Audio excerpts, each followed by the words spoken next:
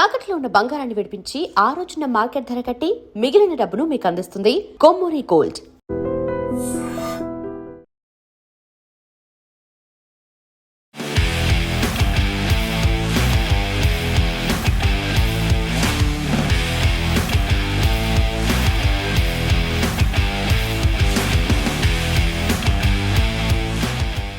అమ్మ set properties Veeravalli బ్రదర్స్లో ఒకరైన వీరవల్లి శ్రీనివాస్ గారు మనతో ఉన్నారు.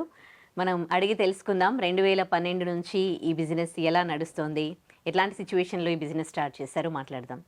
హలో అండి. నమస్తే. సో మీరు ఈ బిజినెస్ లాంచ్ చేసినప్పుడు పరిస్థితులు ఎట్లా ఉన్నాయి? సో ఈ బిజినెస్ స్టార్ట్ చేయాలి అని థాట్ ఎవరికి వచ్చింది, ఎట్లా స్టార్ట్ అయింది అసలు? థాట్ అనేది అయితే మా సెకండ్ బ్రదరు, అతను వచ్చి ఆర్ట్ డైరెక్టర్. ఇలాగా అంటే నేను అప్పటికి మూవీస్ మా ప్రొడక్షన్ మేనేజర్ ఎగ్జిక్యూటివ్ చేసేవాడిని. అయితే మా బ్రదరు మన బిజినెస్ స్టార్ట్ చేస్తే బాగుంటుంది అంటే మూవీసే ఇది కూడా ఏదో ఒక వన్ ఆఫ్ ద పార్ట్ కింద ఉంటుంది అన్న లెక్కలో చిన్నగా స్టార్ట్ చేసింది. ఇది స్టార్టింగ్ అదే మన ఫస్ట్ వెళ్ళాం షాపు, అదే ఓం ప్రాదం. అంటే ఫైనాన్షియల్గా మీరు అప్పటికే వెల్ సెటిల్డే అంటే మాకు అంతా ఓకే. బట్ ఏంటంటే మనం ఎక్కడి నుంచో దూరం నుంచి వచ్చాం, ఇక్కడ అనేది ప్రూవ్ చేసుకోవాలి. ఇప్పుడు అందుకని వస్తాం వేరు, ప్రూవ్ చేసుకుంటాం వేరు. అంటే ఇంకా మాది ఫస్ట్ నుంచి జాయింట్ ఫ్యామిలీ, మేము ముగ్గురు బ్రదర్స్. ముగ్గురు ఒక పర్సన్ ఏదైనా నిర్ణయం తీసుకుంటే ముగ్గురు దానికి కమిటీ ఉంటారు అనమాట, కట్టుబడి ఉంటారు అన్నదమ్ములు ముగ్గురు. అలాగే వెనకాల లేడీస్ కూడా అలా ఉంటారు. ఓకే, అదే వాళ్ళతోనే కదా ఏదైనా కానీ ఒక ఫ్యామిలీ నిలబడాలంటే ఆడవాళ్ళు ముఖ్యంగా 100% కలిసి ఉంటేనే అవుతుంది. అవును. ఇంకా మొత్తం ముగ్గురు మాట మీద మేము స్టార్ట్ చేసాం జర్నీ. ఇంకా అది కేవీ రమణ గారు అని మా బ్రదర్ వాళ్ళ గురువు గారు, ఆయన చేతుల మీదుగా రిబ్బన్ కట్ చేయించాం.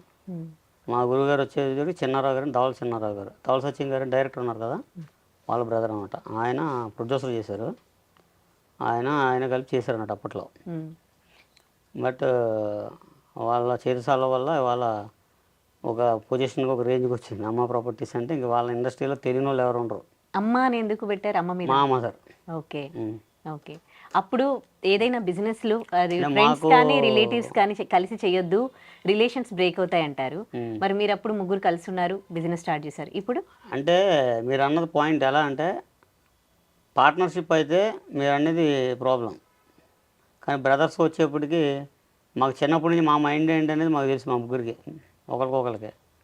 దానివల్ల ఏంటంటే ఎప్పుడు కూడా చిన్నప్పటి నుంచి అంటే ఒక బిజినెస్ పరంగా ఉన్నా లేదా అమౌంట్ పరంగా ఉన్నా, ఇప్పుడు నేను ఖర్చు పెట్టినా ఇంకోటి ఖర్చు పెట్టినా ఎందుకు ఏమిటనే క్వశ్చన్ రాదు. బట్ ఏంటంటే ఎవరికి ఏ బ్యాడ్ హ్యాబిట్స్ లేవు ఫస్ట్ ఆఫ్ ఆల్.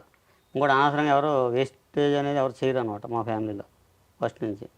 దానివల్ల ఏంటంటే ప్రతి రూపాయి కూడా దీనికే మనం ఖర్చు పెట్టుకుంటూ వచ్చాం. మరి ఈ బిజినెస్లో మీరు సక్సెస్ అవ్వడానికి రీజన్ ఏంటి? రీజన్ అంటే కలిసి ఉంటే కలదు సుఖం. సూపర్. సినిమా వాళ్ళతో కాంటాక్ట్స్ మీకు ఎంత అడ్వాంటేజ్ అయ్యాయి? సినిమా వాళ్ళు అంటే మాకు ఒక ఫ్యామిలీ మెంబర్స్ అనమాట చెప్పాలంటే. ఇప్పుడు మా బ్రదర్ ఉన్నారు ఆర్ట్ డిపార్ట్మెంట్, దానికి రిలేటివ్ బిజినెస్ ఇది. అలాగా నాది వచ్చేది మేనేజర్స్, మాకు రిలేటివ్. ఎందుకంటే బిల్ ఫైనల్ చేసేది ఇవాళ వద్దా, మంచివాడా చెడ్డోడా అనేది నాకు తెలుసు. ఆ కంపెనీ మేనేజర్ మంచివాడా లేదా కంపెనీ ఏంటనేది నాకు క్లారిటీ ఉంటుంది. అలాగే ఆర్ట్ డిపార్ట్మెంట్ కాడికి వచ్చేప్పటికి వాళ్ళు ఎంతవరకు జెన్యున్ పర్సన్ అంటే కొంతమంది ఉంటారు కదా, 100 మందిలో ఒక ఇద్దరు ఉంటారు కరెక్ట్ పర్సన్స్ కాని వాళ్ళు. మంచి వాళ్ళు ఎక్కువ 80% ఉన్నా 20% ఎవరు ఉంటారు, వాళ్ళు ఎటువంటి వాళ్ళు అనేది మా ఊడికి. అలాగే దాన్ని ఏంటంటే మేము ఏదన్నా ఇచ్చేప్పుడు డిస్కస్ చేసుకుంటాం అనమాట. దాన్ని బట్టి అలాగా స్టెప్ బై స్టెప్ వాళ్ళు ఏంటంటే అందరికీ ఒక క్లారిటీ. మేమంటే వాళ్ళకే క్లారిటీ ఉంటుంది, వాళ్ళని మాకు క్లారిటీ ఉంటుంది స్టార్టింగ్లో అనమాట. బట్ ఏంటంటే స్టార్టింగ్లో ఇప్పుడు అప్ అండ్ డౌన్ అనేది కామన్ వ్యాపారం ఉన్న తర్వాత. ఈ జర్నీలో సడన్గా మధ్యలో మళ్ళీ కరోనా ఒకటి వచ్చింది. ఆ కరోనాలో దాదాపుగా మాకు ఒక కోటిన్నర దాకా లాస్. అయ్యో, మాకని కాదు ప్రపంచం ఆగిపోయినాయి కదా, ఆగిపోయినాయి. స్టాఫ్ శాలరీస్ అంతా ఇక్కడ ఉంచాం మొత్తం అంతా, ఎవరిని పంపలా. అందుకని మళ్ళీ స్టాఫ్ వెళ్తే మళ్ళీ వాళ్ళకి ఇబ్బందే కదా. శాలరీస్ తప్పలేదు, వీళ్ళకి రెంట్లో తప్పలా. ఇంకా కదా ఒడిదుడుకులు అనేది ఇంకా కామన్ ఉంటుంది. ఇంకా అది మీరు ఈ బిజినెస్ లో హర్డిల్స్ ఫేస్ చేశానని చెప్తున్నారు, అదే పెద్ద కరోనా టైమేనా మీరు ఫేస్ చేసిన చాలా ఛాలెంజింగ్ టైం. ఛాలెంజింగ్ టైం అంటే అదే అండి, 100%. నాకే కాదు, ప్రపంచానికే ఛాలెంజ్ టైం అదే చెప్పాలంటే. ఆ తర్వాత ఇంకా షూటింగ్ స్టార్ట్ అయింది మెల్లిగా మొత్తం. సినిమా ఇండస్ట్రీలో ఏంటి అంటే ఇట్లా కొన్ని ఎవరికి పేమెంట్స్ అనేవి కరెక్ట్గా టైంకి, కొంతమందికి, అన్ని సినిమాల్లో కాదు, కొంతమందికి కొన్నిసార్లు పేమెంట్స్ టైంకి అందవు అని. మరి ఈ సెట్ ప్రాపర్టీస్ విషయానికి వచ్చేసరికి అంటే మాకు కూడా ఉంటుందండి, మన బయట వాళ్ళకని కాదు, మాకు ఉంటుంది. మేము స్పేస్ చేస్తాం, బట్ బ్యాలెన్స్ ఇంకంతే. ఇప్పుడు ఒక ఫ్యామిలీ ఉంటుందండి, ఆ ఫ్యామిలీలో ఒడిదుడుకులు ఎలా పోతామంట, ఓకే అలాగే ఇది ఇది కూడా అంతే. ఇప్పుడు మన ఇంట్లో లైఫ్ అంతా ఒకే జర్నీలో ఒకే స్టైల్ అలాగే అంతమాటలు నవ్వుతూ ఉండలేము, అవును అలాగని అంతమాటలు ఎడుతూనే ఉండలేము. కరెక్ట్. ఇప్పుడు ఏమైనా ప్రాపర్టీ తీసుకుని వెళ్తారు వీళ్ళు కొన్ని థింగ్స్, అక్కడ వెళ్ళినాక డ్యామేజ్ అయింది అనుకోండి, సో ఎట్లా డ్యామేజ్ ఛార్జెస్ మీరు వసూలు చేస్తారా? 100% వసూలు చేస్తాం. బట్ ఏంటంటే చిన్న కంపెనీలు ఉంటాయి కొన్ని, అన్న పరిస్థితి ఇది ఏదంటే కొన్ని వదిలేసి ఉంటుంది దాంట్లో. ఇంకా పెద్ద కంపెనీలు అయితే ఇచ్చేస్తారు. పెద్ద బడ్జెట్ సినిమాలు ఉంటాయి, చిన్న బడ్జెట్ సినిమాలు ఉంటాయి. సో ఆ బడ్జెట్ని బట్టి మీరు ఛార్జ్ చేస్తారా, లేకపోతే ఎట్లా ఉంటుంది? బడ్జెట్ని బట్టి. బడ్జెట్ని బట్టి, ఓకే. భారీ బడ్జెట్ చిత్రాలు అయితే కొంచెం అంటే అలాగని ఉండదు, భారీ బడ్జెట్కి ప్రాపర్టీ ఎక్కువ వాడతారు, చిన్న బడ్జెట్కి తక్కువ వాడతారు.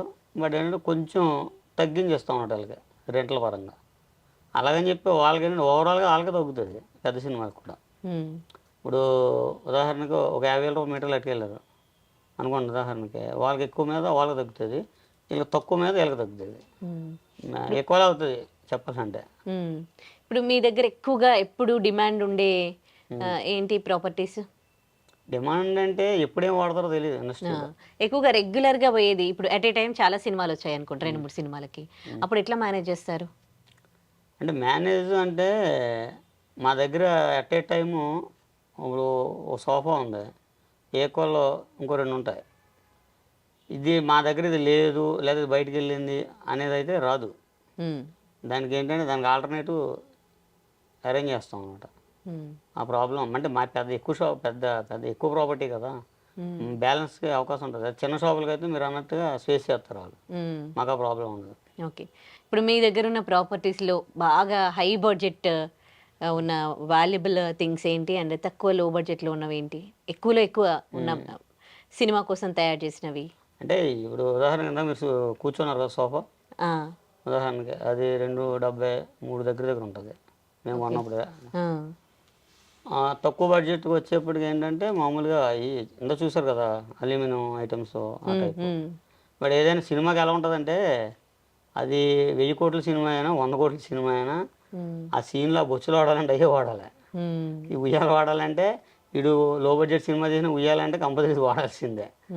ఇంకా దానికి ఇంకా సీన్ బట్టి వాడతారు అంతే కంపల్సరీ. లేదు ఇప్పుడు అది ఈ సీన్ కదా దీన్ని అట్టుకెళ్ళి దాన్ని అయితే యూజ్ ఉండదు అది. ఓకే. మీరు స్టార్ట్ చేసినప్పుడు ఎన్ని లక్షల బిజినెస్, ఎంతమంది మీ దగ్గర వర్కర్స్ ఉన్నారు, ఇప్పుడు ఎంతమంది వర్క్ చేస్తున్నారు, ఎంత ఎదిగారు మీరు? అంటే మా దగ్గర ఇప్పుడు ప్రజెంట్ వచ్చి మొత్తం ఒక 15 మెంబర్స్ ఉంటారు. మళ్ళీ బయట నుంచి వస్తూ ఉంటారు, పెయింటింగ్ వర్క్స్ అయినా రకరకాల వర్క్లు వాటికి. మేము స్టార్ట్ చేసినప్పుడు అయితే దగ్గర దగ్గర ఒక 5-6 crores పెట్టి ఉంటాం స్టార్టింగ్. ఇంకా అలాగే మామూలుగా ఏంటంటే మాకు ఊళ్ళో ల్యాండ్స్ అవి ఉన్నాయి, ఇంకా అవి కొద్దిగా అమ్మి అలాగా మళ్ళీ దాన్ని అంచెలంచెలుగా తీసుకెళ్ళాం. మాదైనా రియల్ ఎస్టేట్ కూడా చేస్తాం, ఇంకో బ్రదర్ రియల్ ఎస్టేట్ అవి చేస్తాడు, ఇంకా అటు ఇటు బ్యాలెన్స్ చేస్తూ ఉంటాం అనమాట. మాకు ఫ్యాషన్ చెప్పాలంటే దీంట్లో ఏదో మిగులుతామో ఇంకోటి పక్కన పెట్టినా, ఇదేంటంటే మన ఇండస్ట్రీకి వచ్చాము మనకు గుర్తింపు రావాలి, ఇది ఫస్ట్ పాయింట్. ఇది ఒక క్రియేటివిటీ బిజినెస్సే, ఇదంతా కూడా మీ క్రియేటివిటీ. అంటే ఆ రోజుల్లో ఇంత ఒక సెట్ ప్రాపర్టీస్ పెట్టి ఇది ఒక బిజినెస్ లాగా పెట్టి రెంట్కి ఇవ్వాలన్న థాట్ వచ్చింది అంటే గ్రేట్. మా సెకండ్ బ్రదర్, కానీ మెటీరియల్ ఎక్కువ పర్సెంటేజ్ పర్చేజ్ చేసింది మా లాస్ట్ బ్రదర్. అదే రామ్ అని చెప్పాను కదా, రామారావు, అది ఎక్కువ పర్చేజ్. ఈ నేము కానీ లేదా ఇప్పుడు ఏదన్నా డిజైనింగ్ ఇలా కావాలి లేదా ఇది మొత్తం అన్నీ కూడా క్లారిటీగా ఎక్స్ప్లెయిన్ చేసి ఇలా చేద్దాం అని చేసేది సెకండ్ బ్రదర్. పర్చేజింగ్ అయితే మొత్తం లాస్ట్ బ్రదర్. ఓకే. ఇప్పటికీ పర్చేస్ చేస్తూనే ఉంటారా? ఇప్పుడు ఎప్పుడు పోతా ఉంటాయి, మళ్ళీ అలా ఫిల్ చేయకపోతే ఖాళీ అయిపోద్ది. మీ దగ్గర ఎన్ని జనరేషన్స్ ఐటమ్స్ ఉన్నాయి? మీకు దగ్గర 100 ఇయర్స్ నుంచి ఈ జనరేషన్ వరకు ఉంటుంది. 100 ఇయర్స్ నుంచి. ప్రతి ఐటమ్ ఉంటుంది మా దగ్గర. ఆ brass, aluminium, would, hmm. Steel, ఎన్ని మొత్తం ఎన్ని ఐరన్. ఇప్పుడు ప్రెసెంట్ జనరేషన్ మారిపోయిందిగా, చాలా చాలా అంత అప్డేటెడ్ థింగ్స్ వస్తున్నాయిగా. ఇది అప్డేటెడ్ అంటే ఇక్కడ ఒకటే, సినిమా అనేది ఎలా ఉంటుందంటే ఒక డైరెక్టర్ స్క్రిప్ట్ రెడీ చేసుకుంటాడు, ఆ స్క్రిప్ట్ మీద స్క్రిప్ట్కి సంబంధించిన ప్రాపర్టీ వాడతారు. ఇది అప్డేట్ అయింది కదని ఇప్పుడు స్టోరీ రాయరాడు. ఒకవేళ కరెక్టే మీరు అన్నది, అవును. ఇప్పుడు ఈ జనరేషన్ సినిమా చేస్తాడు, ఇది ఫ్లాష్ బ్యాక్ చెప్తాడు, ఫ్లాష్ బ్యాక్ మళ్ళీ ఓల్డ్ మా ఐటమ్స్ తాతయ్య అంటాడు, అప్పుడు ఇవి వెళ్ళాల్సిందే, మళ్ళీ ఇక్కడికి వచ్చాడు, అప్పుడు రిచ్. ఇప్పుడు ఎందో చూసారు కదా మీరు అలా. అంటే ఇప్పుడు కొత్త వాళ్ళు వస్తే మాత్రం ఈ బిజినెస్ లోకి కొంచెం కష్టమే ఐ థింక్. కత్తితో సాము. ఎందుకంటే మేము స్పేస్ చేసాం కాబట్టి చెప్తున్నాం. బట్ ఏంటంటే మాకు ఆల్రెడీ ఇండస్ట్రీ మేము స్టార్టింగ్ జర్నీ కాబట్టి దాన్ని మేము మోల్డ్ చేసుకోగలం. బట్ ఏంటంటే మేము ముగ్గురు ఉన్నాం కాబట్టి అది కూడా ఒక్క పర్సన్ వల్ల అయితే కాదు, నా ఒపీనియన్. మేము ముగ్గురు కాబట్టి మేము చేయగలిగామనే ఫీల్ నాది, ఒకళ్ళ వల్ల అయితే కాదు. ఒకళ్ళు అనే పర్సన్ చాలామంది పెట్టి తీశారు. ఎందుకంటే ఇప్పుడు ఇంకోటి మా దగ్గర పనిచేసే టెక్నీషియన్స్ కూడా మా రిలేషన్స్ అంతా, ఒక అకౌంట్ సెక్షన్ ఇంకోటైనా మొత్తం బయట అదర్ పర్సన్ ఎవరు ఉండరు. మా దగ్గర పనిచేసే వాళ్ళంతా కూడా మేము ఉన్నా లేకపోయినా మేము ఉంటే ఎలాగా దీన్ని కాపాడుతామో అలాగే చూసుకుంటారు అనమాట మా దగ్గర పనిచేసే వాళ్ళు కూడా. ఓకే. ఎప్పుడైనా ఎందుకురా ఈ బాబు ఈ బిజినెస్లోకి వచ్చాము అని ఎప్పుడైనా బాధపడ్డ రోజులు ఉన్నాయా? అంటే ఆ ఫీల్ ఎప్పుడు రాలేదు. అంటే ఈ ఫ్యాషన్. అదే ఇప్పుడు ఉంటే ఒక అమ్మాయి నచ్చితే అది మ్యారేజ్ చేసుకుంటాం. కొన్ని సందర్భాల్లో దానివల్ల కొన్ని ప్రాబ్లమ్స్ రావచ్చు, కానీ ఇష్టపడి చేసినాడు దాన్ని ఫేస్ చేయాలి, మళ్ళీ తర్వాత మళ్ళీ మోల్డ్ చేసుకోవాలి. కరెక్ట్. అంతేగాని మధ్యలో ఏదో ఆపద వచ్చింది కదా అని వదిలేసాం అనుకో, మానవజానికి అర్థం లేదు, అలాగే వ్యాపారం కూడా అర్థం లేదు. సో వ్యాపారంలో సక్సెస్ అయిన ఒక పర్సన్గా ఇప్పుడు బిజినెస్ చేస్తున్న వాళ్ళకి అండ్ క్రియేటివిటీ థాట్స్ ఆలోచిస్తున్న వాళ్ళకి ఒక సక్సెస్ఫుల్ బిజినెస్ పర్సన్గా మీరు ఇచ్చే సజెషన్స్ ఏంటి? సజెషన్స్ అంటే ఒకటే అండి. ఫస్ట్ థింగ్, మనం బిజినెస్ పెట్టే ముందు మధ్యలో వదిలేసేలాగా ఉంటే ఉండకూడదు, ఫస్ట్ పాయింట్. ఇంకోటి ఏంటంటే ఇప్పుడు ఇప్పుడు మనం యుద్ధంలోకి వెళ్తాం, ఏదో మరణమా లేకపోతే శరణమా అన్నట్టు రెండు రకాలుగా ఫిక్స్ అయిపోవాలి. ఫిక్స్ అవ్వాలి, అది కూడా ఫోకస్ మొత్తం దాని మీద పెట్టాలి. అంతేగాని బ్యాలెన్స్ కాసేపు అక్కడొకడుగు ఎక్కడొకడుగు చేద్దామా మాందామా పెట్టేమా లాస్ అవుతామా, ఇప్పుడు వెళ్ళామా అది మంచో చెడ్డో దాని అంతా తేల్చుకోవాలి. నేను చెప్పేది ఎవరికైనా సరే, ఒకవేళ మీరు బిజినెస్ పెట్టాలి అంటే ఫుల్ ఫ్లెజ్డ్గా దాంట్లో దిగాలి. అంతేగాని బ్యాలెన్స్ అక్కడొకడికి ఎక్కడొకడికి వేసి లేదా కాసేపు చేద్దాం మాందామని దిగి అనవసరంగా డబ్బులు వేస్ట్ చేసి వెనకాల వాళ్ళు స్టైన్ అయ్యి టైప్ అయితే చేయకూడదు. అది. ఓకే. ఇండస్ట్రీలో మీకు ఈ బిజినెస్లో సపోర్ట్ చేసిన వాళ్ళు ఎవరు? ఇండస్ట్రీలో అంటే నాకు బిజినెస్ పరంగా అంటే ఇప్పుడు ఆర్ట్ డిపార్ట్మెంట్ ఉందండి, మాకు ఫుల్ సపోర్ట్. అలాగా సెట్ అసిస్టెంట్ యూనియన్ వాళ్ళు support, managers support, producers support. ఎందుకంటే అందరితో ఫ్రెండ్లీగా ఉంటాం మేము. ఓకే. మాకంటూ శత్రువులు ఉండరు. ఒకవేళ అవతరులు అనుకున్నా కానీ తెల్లారి మళ్ళీ మిత్రులు చేసుకుంటాను, ఆ మైండ్ సెట్ అనేది. శత్రుత్వం అనేది నా డిక్షనరీలో ఉండకూడదు అనేది నా లెక్క. సూపర్. నాకే కదా ఎవరికైనా సరే. అదే సాధ్యమైందా మరి అది? 100%. ఓ సూపర్. అంటే ఉంటే ఉండవచ్చు, బట్ నా లెక్కలో ఎవడో లేడు. నా క్లీన్ చీట్ నాకు ఉండొచ్చు, కానీ నాకు తెలియదు.